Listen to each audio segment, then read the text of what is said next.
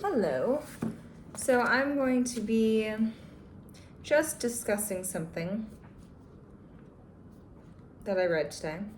It stuck out to me and it prompted a very interesting question in my head. And I want to share that question because I have a feeling that it could help more people than just me. And so, first off, I just want to say the reason for this video is purely because I have, for whatever reason that I don't know, I have the innate desire to share what's on my mind. Why that desire is there, I couldn't tell you. I feel a little weird doing this, but I'm going to do it because on the other side of fear is always more love. Cheesy but true. Okay, anyways.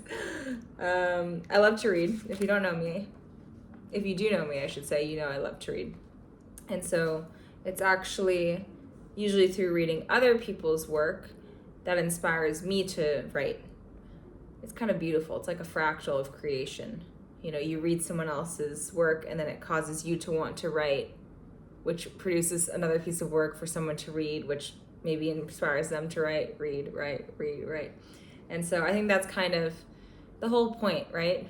To read someone else's work, ingest someone else's information, and then put out your own writing, put out your own energy and your own art. And that's kind of what this video is too, right?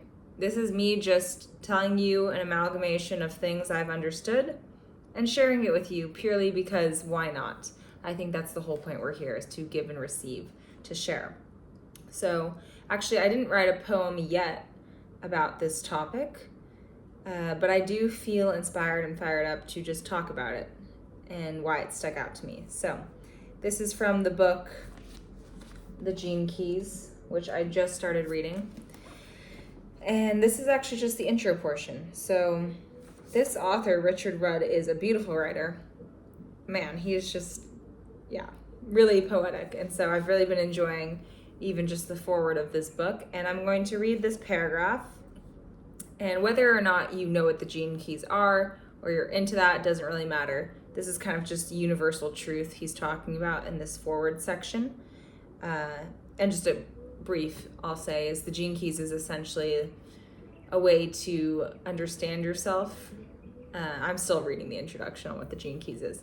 And so, like I said, whether or not you've heard of the gene keys, doesn't really matter. But this portion he's talking about is very interesting. And so he says, a voyage of letting go. The gene keys are presented to you as a voyage that will change your life forever. For me, the writing of this book has been an act of inner dedication and transformation.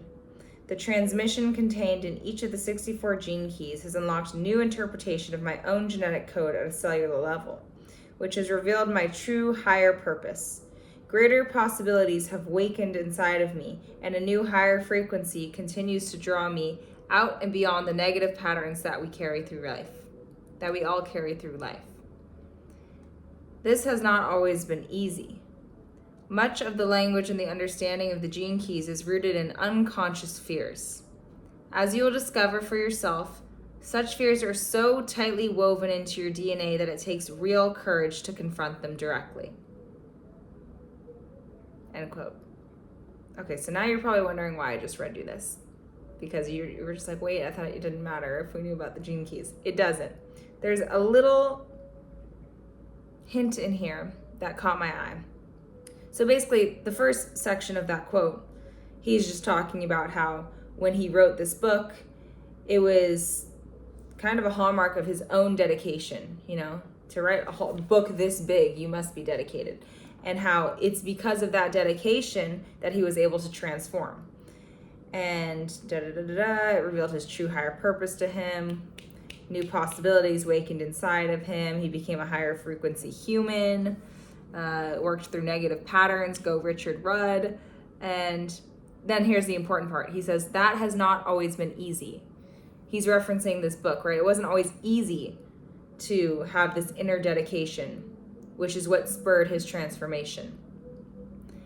And the last line that he says is, as you will discover for yourself, such fears are so tightly woven into your DNA that it takes real courage to confront them directly. And this is kind of the quote I want to talk about today. Because to me, I read that, and instantly in my head I thought, that's interesting.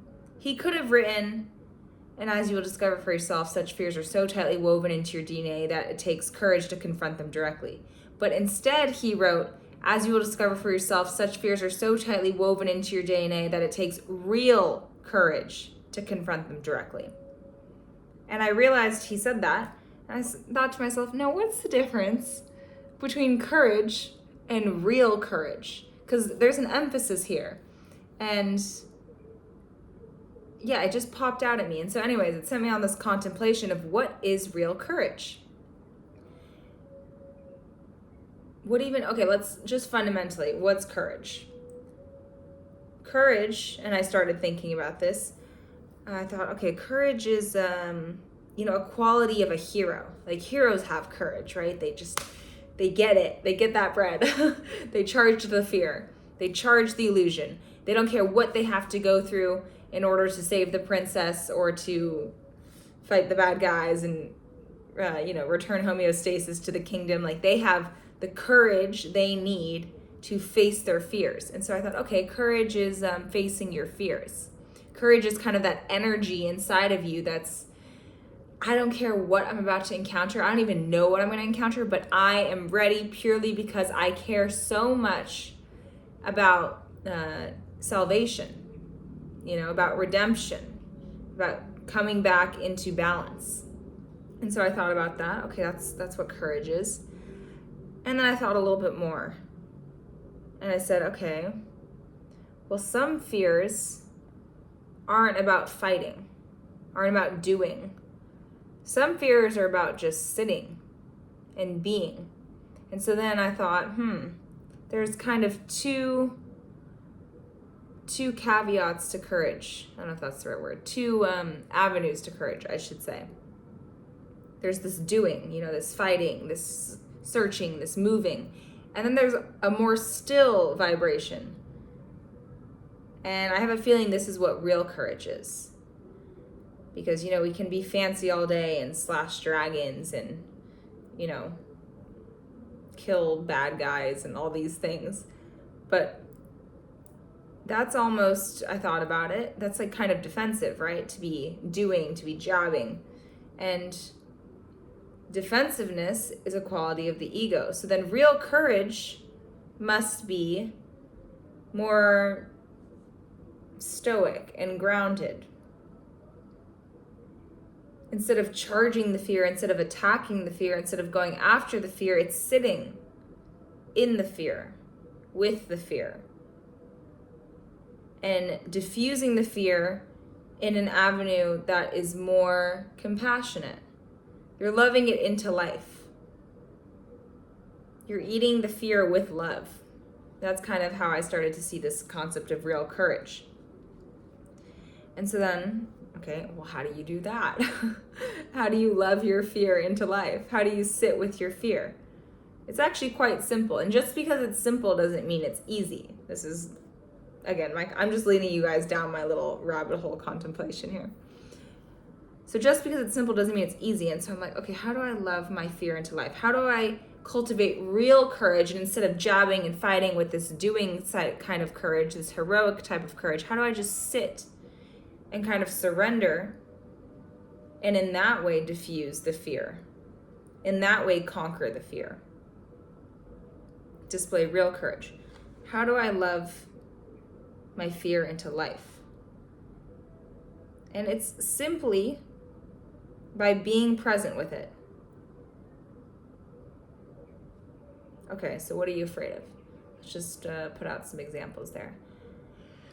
I'm afraid of, I'm going to give you guys some real raw Haley Snyder examples because that's what we're working with. I'm afraid of, I shouldn't say that. I'm afraid of my mom sometimes. I'm just going to be honest with you guys. Afraid of my mom, what she thinks of what I'm doing. Does she think I'm crazy and I've lost my mind? Maybe. I'm afraid of that. That scares me. I'm afraid of what people think of me. Random people on the internet. I'm afraid of what you think of me. It's the truth. And to sit here and deny it, by the way, to deny any of our fears isn't solving them. That's something I also found through this contemplation, is me sitting here and being like, oh, I'm not afraid of this, I'm not afraid of that. It's like, that's false courage. That's false confidence. That's not real. That's not actually diffusing your fear. That's just kind of covering it up and being like, oh God, you're so ugly and I don't want to look at you. So another thing I realized in this contemplation is the importance of admittance, because that's what grants you the real freedom to actually heal your fear and transmute it into love. This like, I can't look at you, or like, oh, like false positivity, like, oh, I'm afraid of nothing, I've solved everything, life is sunshine, and you know, it's like, that's not real either. That's an illusion. And so back to this, being present with your fears.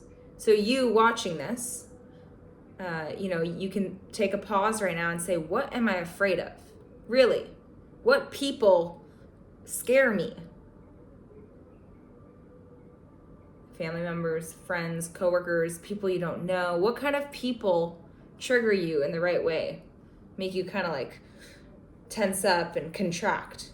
What places make you feel uncomfortable and like, gosh, I wish I could get out of here? Is it your work environment? Is it the DMV? Like what places make you just feel like, oh gosh, like anywhere but here would be fantastic? What people, what places, what things cause you fear? Is it eating a piece of bread that makes you kind of like freeze up and have a flashback to when you were a model? And if you ate a piece of bread, you'd like freak out. Like what things kind of like trigger you in the right ways to make that fear come up to the film of your awareness so that you can experience it? What people, place, and things are you afraid of? This is really important to like just sit with and contemplate. And it's the kind of thing when I do this kind of work, I'll put on a timer for 30 minutes, 15 minutes, whatever. Put on a timer and I'll ask myself this question or whatever I'm thinking about, and I'll answer it. But I'm not allowed to get up from my seat until that timer goes off, because sometimes our more subliminal fears, which actually have a lot of energy, don't come up immediately because they're so repressed that it takes a little bit more time sitting in the stillness and the quietness and the listening of your heart for them to actually feel safe enough to like poke their head out and be seen. So this question you could sit with for probably more than 30 minutes even, but to each their own. But I invite you to, if you're watching this, sit down and ask yourself, like, what am I afraid of? And yeah, some of them are going to be ugly. Most of them are going to be maybe ironic or stupid or unreasonable or not even rational. Like some of them it's going to be like, gosh, if I told someone I was afraid of eating bread, they might laugh at me because it's so silly. It's just like so silly. But for whatever reason, to me, it's actually not silly. It's actually very serious. And so watch that as well, right? Watch those voices that are like, oh, you shouldn't even be afraid of this. Like, just grow up, stop being a baby. Because that part of you, that judgmental part of you, is not actually you. It's your ego. And that's a whole nother rabbit hole for another time, true self versus ego. But yes, sit down, contemplate from a non-judgmental, as much as you can from the seat of the observer, what are my fears? What am I dealing with? What cards have I been dealt in this personal life experience? And flip those cards over, read them so that you know what's in your deck, so that you know how to play the game. You know what I'm saying? Okay, so back to this. Being present and listening. Listening to know your fears. And this is already a lot right here that I've just talked about. There's a whole other segment to this rabbit hole, believe it or not. I feel like I've already said quite a lot though, so maybe I'll save that for another video. So stay tuned for that, because I just, now looking at this, I'm like, I don't know, this might be too much for one go. I think another thing I've learned recently is there's no rush to heal all the wounds, to, ascend. I have a very direct energy, you could say, masculine energy in some things, and self-education is one of them. But yeah, sometimes slowing down is how you speed up. I've written a poem about that. So let's slow down here, take one bite at a time, properly chew it and enjoy all the flavor, and then catch me in the next video to segue into the second part of this rabbit hole. Thanks for watching. If you're watching this, like I said, I'm making this for the sake of just creating, sharing. It really helps me understand real courage more when I feel as if I'm sharing it with someone, which is interesting.